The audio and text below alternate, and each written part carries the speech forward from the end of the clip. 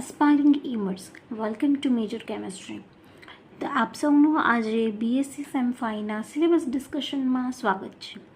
પહેલાં આપણે વાત કરી લઈએ કે તમારે આ બીએસસી સેમ 5ની અંદર કેમેસ્ટ્રીના 2 સબ્જેક્ટ આવશે. એકની અંદર હશે ઇનઓર્ગેનિક અને ફિઝિકલ, અને બીજાની અંદર છે ઓર્ગેનિક અને એનાલિટિકલ. સબ્જેક્ટ કોડ તમે અહીંયા જોઈ શકો છો, which is 351T and 352T. T means theory, right? DSCCCHE એ તમારું આવી રીતે સબ્જેક્ટનું નામ રહેશે. પહેલાંની વાત કરીએ તો જ્યારે આપણે ઇનઓર્ગેનિક ને ફિઝિકલ 351 કોડની વાત કરીએ છીએ તો એમાં યુનિટ 1 છે આપણું મોલિક્યુલર સિમેટ્રી. હવે મોલિક્યુલર સિમેટ્રી છે તો એની અંદર તમને શું પૂછાશે તો કે પહેલાં તો સિમેટ્રી શું છે એનું થોડું તમારે ઇન્ટ્રોડક્શન રિગાર્ડિંગ ક્વેશ્ચન્સ હશે. બીજા છે તમારે સિમેટ્રી ઓપરેશન સમજવાના છે, એના એલિમેન્ટ્સ સમજવાના છે. સિમેટ્રીના એલિમેન્ટ્સ કયા હોય? CN, સાઈ, SN, આઈ એટલે આઈડેન્ટિટી એલિમેન્ટ, એ બધું સમજવાનું છે. પોઈન્ટ ગ્રુપ શું હોય છે? પોઈન્ટ ગ્રુપ જેવા કે આપણી પાસે હશે S2N છે કે પછી C3V છે, C2V છે, એ બધા પોઈન્ટ ગ્રુપ્સ છે, તેમના મલ્ટિપ્લિકેશન શું છે એ બધું તમારે યુનિટ 1ની અંદર સમજવાનું રહેશે. યુનિટ 2ની વાત કરીએ. યુનિટ 2માં શું કીધું છે? ટ્રાન્સ ઇફેક્ટ અને ઇનઓર્ગેનિક રિએક્શનના મેકેનિઝમ. તો એની અંદર શું આવશે કે તમારી રિએક્શન, તેમના કાઇનેટિક્સ, તેમના મેકેનિઝમ, એમના ઇન્ફ્લુઅન્સ શું છે, એપ્લિકેશન્સ શું છે, pi bonding theory, MO, lability, inertness, stability, instability. હવે આ જે છે લેબિલિટી, ઇનર્ટનેસ, સ્ટેબિલિટી, આ બધું એ બધું મોસ્ટલી SQમાં પૂછાશે. એની કંઈ લાંબી બહુ થિયરી હશે નહીં.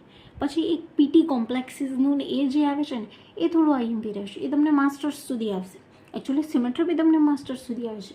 એટલે આ બધું જે છે એ IMP પોઈન્ટ્સ છે. થર્ડ આપણું યુનિટ છે. Third unit is electromotive force, EMF. જે પાછું આપણી પાસે કેટલી માર્ક્સનું? બધા 25 માર્કના છે અહીંયા, બરાબર. અને લાસ્ટવાળું જે છે એ આપણું છે 15 માર્ક્સનું. આની માટે 15 માર્ક્સનું અને આ જે છે એ 10 માર્ક્સનું, એવી રીતે બેની અંદર ડિવાઇડેડ છે. ઓકે, યુનિટ 3ની વાત કરીએ તો યુનિટ 3ની અંદર તમને શું પૂછાશે? ઇલેક્ટ્રોકેમિકલ સેલ, ઇલેક્ટ્રોલાઇટિક સેલ, એની જે ટર્મિનોલોજી છે, IUPAC સેલ કન્વેન્શન છે, સ્ટેન્ડર્ડ કેલોમલ ઇલેક્ટ્રોડ છે, ક્વીન હેડ્રોન ઇલેક્ટ્રોડ છે, એ બધા પાછા તમારા IMP ક્વેશ્ચન્સ છે. પછી થર્મોડાયનેમિક જે સેલ છે, થર્મોડાયનેમિક્સ અને આપણું જે સેલ EMF છે એમનું જે રિલેશન છે, આપણે ∇G લખીએ છીએ ને NFE0, એવા જે રિલેશન્સ છે એ બધા તમારી માટે IMP રહેશે.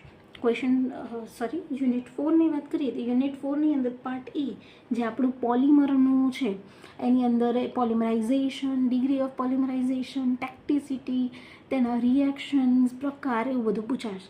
અને ફેઝ રૂલની અંદર આપણી પાસે ZNCD છે, PBHG છે, કન્ડેન્સ ફેઝ રૂલ છે, આ બધું એઝિયોટ્રોપિક, ઝિયોટ્રોપિક ને સ્ટીમ ડિસ્ટિલેશન. આનો જે સિલેબસ છે ને એ બહુ જ નાનો છે. 5 ક્વેશ્ચન્સ તમારે પાક્કા કરવાના છે અને તેમાંથી 2 ક્વેશ્ચન આવી જશે, એવી રીતે યાદ રાખવાનું છે. ઓકે, આ થઈ ગયું આપણું પહેલાં સબ્જેક્ટની વાત થઈ ગઈ છે કેમેસ્ટ્રીના. અને બીજું જે છે એની અંદર છે આપણી પાસે ઓર્ગેનિક અને એનાલિટિકલ. અરે હા, એ વાત કરતાં પહેલાં આની માટે જો તમારે રેફરન્સીસ વાંચવી હોય તો રેફરન્સીસ માટે હું તમને સજેસ્ટ કરીશ કે ઇનઓર્ગેનિક માટે તમે કોઇન્સાઇઝ ઇનઓર્ગેનિક કેમેસ્ટ્રી છે જે જેડીલીની, એ જેડીલીની બુક તમે વાંચી શકો છો. અને જો તમારે ફિઝિકલ માટે જોવું હોય તો ફિઝિકલ માટે તમે પૂરી શર્મા છે ને, પૂરી શર્મા એન્ડ પઠાનિયા, એની પ્રિન્સિપલ્સ ઓફ ફિઝિકલ કેમેસ્ટ્રી, એને રેફર કરી શકો છો. આ બંને ઇઝી લેંગ્વેજમાં છે. મોસ્ટલી અહીંયા બધા ગુજરાતી મીડિયમવાળા છે. ઓકે, આપણે ગુજરાતી મીડિયમ ના હોય તો થોડીક ઇઝી લેંગ્વેજ હોય આપણા ઓથરની, તો ઇન્સ્ટન્ટ તમને વાંધો ના આવે. Okay, so let's move to organic portion. Yeah, for organic આપણી પાસે અહીંયા સ્ટીરિયો કેમેસ્ટ્રી છે. સ્ટીરિયો કેમેસ્ટ્રી 25 માર્કનું છે. સ્ટીરિયો કેમેસ્ટ્રીની અંદર કેવા ક્વેશ્ચન્સ આવી શકે છે તો કે RS નોમેનક્લેચર, શોહર્સ પ્રોજેક્શન છે, પછી ક્રેમ્સ રૂલ છે, પ્રિલોગનો રૂલ છે. આ બધા પ્રિલોગ રૂલ, ક્રેમ્સ રૂલ લિટરલી તમારે બાય હાર્ટ લર્ન કરવા જ પડશે. યુનિટ 2ની વાત કરીએ તો યુનિટ 2 છે એ 2 પોર્શનમાં ડિવાઇડેડ છે. એની અંદર ફર્સ્ટ પોર્શન છે આપણો ન્યુક્લિયોફિલિક સબસ્ટિટ્યુશન રિએક્શન એટલે સેચ્યુરેટેડ કાર્બન. ન્યુક્લિયોફિલિક ઇલેક્ટ્રોફિલિક હોય છે. અહીંયા આપણે ન્યુક્લિયોફિલિકની જ વાત કરવાની છે. ન્યુક્લિયોફિલિકની અંદર એ specifically we have elimination reactions, SN2 reaction, even E2 elimination reaction, બધું જોવાનું છે. ન્યુક્લિયોફિલિક એરોમેટિક સબસ્ટિટ્યુશન એટલે કે આપણો કોઈ યુનિટ 2ના બીની વાત કરીએ તો એની અંદર શું છે તો કે એની અંદર આપણે રિએક્ટિવિટી છે, ઇલેક્ટ્રોન વિથડ્રોવલ બાય રેઝોનન્સ છે, એવિડન્સ છે, સ્ટેપ મિકેનિઝમ છે, એ બધું જોવાનું છે. Moving further to unit 3. Unit 3 બી આપણો 2 પોર્શનમાં ડિવાઇડેડ છે, જેની અંદર IR સ્પેક્ટ્રોસ્કોપીની અંદર તમારે બહુ બધા ડેટા અને એવું બધું કરવું પડશે. એ થોડુંક ટિપિકલ થઈ જાય છે. એની અંદર ન્યુમેરિકલ્સ પણ આવી શકે છે, એટલે થોડીક મહેનત વધારે માંગશે, પણ આઈ થિંક કે તમે લોકો કરી લેશો. સિમિલરલી તમારે માસ સ્પેક્ટ્રોસ્કોપીની અંદર એ થોડું માસ સ્પેક્ટ્રોમીટર શું છે એની થોડી માહિતી છે, એ સિવાય ફ્રેગમેન્ટ્સ શું છે, MC લેફર્ટીનો રીઅરેન્જમેન્ટ શું છે, નાઇટ્રોજન રૂલ શું છે, એ બધું સમજવાનું આવે છે. હવે આપણે વાત કરીએ NMRની અંદર દાખલા કરવાના આવશે, એના principle, magnetic, non magnetic, nuclei, absorption શું છે, બધી. ઓકે, આમાં અહીંયા 2 પોર્શન કરી દીધા છે, તો આઈ થિંક આની અંદર એ તમને નહીં પૂછે શું કહેવાય દાખલા. Direct problem base spectral data છે એની અંદર જ ન્યુમેરિકલ્સ પૂછી લેશે. આ ત્રણેયમાં થિયરી આવશે અને આની અંદર તમારે એ બધાના આધારે એટલે કે UV, IR, NMR ત્રણેયના આધારે જે બી ન્યુમેરિકલ્સ હશે ને એ આપણાને બીની અંદર પૂછી લેશે.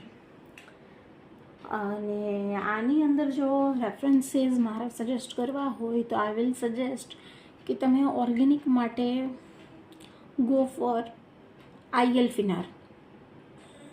IL Finar will be a nice. અને સ્ટીરિયો કેમિસ્ટ્રી માટે કોઈ પણ ઇઝી બુક, આમ તો આપણી જે બુક્સ છે એની અંદર સ્ટીરિયો કેમિસ્ટ્રી સારી આપી છે, એમાંથી તમે શીખી શકો છો. અને બીજું ઇન્ફ્રારેડ એક છે, infrared spectra of complex molecules by જે Bellamy, John Wiley and Sons, 3rd edition. એની અંદરથી તમને થોડું સ્પેક્ટ્રલ ડેટાની એની સારી માહિતી મળી જશે. બાકી આપણે ચેનલ પર તો ડિસ્કસ કરવાના જ છે. જેમને ક્વેશ્ચન આન્સર ડાયરેક્ટ કરવા હોય એ બસ એમાંથી વિડીયોઝ જોઈ લેજો અને ક્વેશ્ચન આન્સર લર્ન કરવાના સ્ટાર્ટ કરી દેજો. ડેફિનેટલી તમે પાસ તો થઈ જ જશો, but you will get the distinction. Okay, thank you. See you in the videos discussing questions of these all units.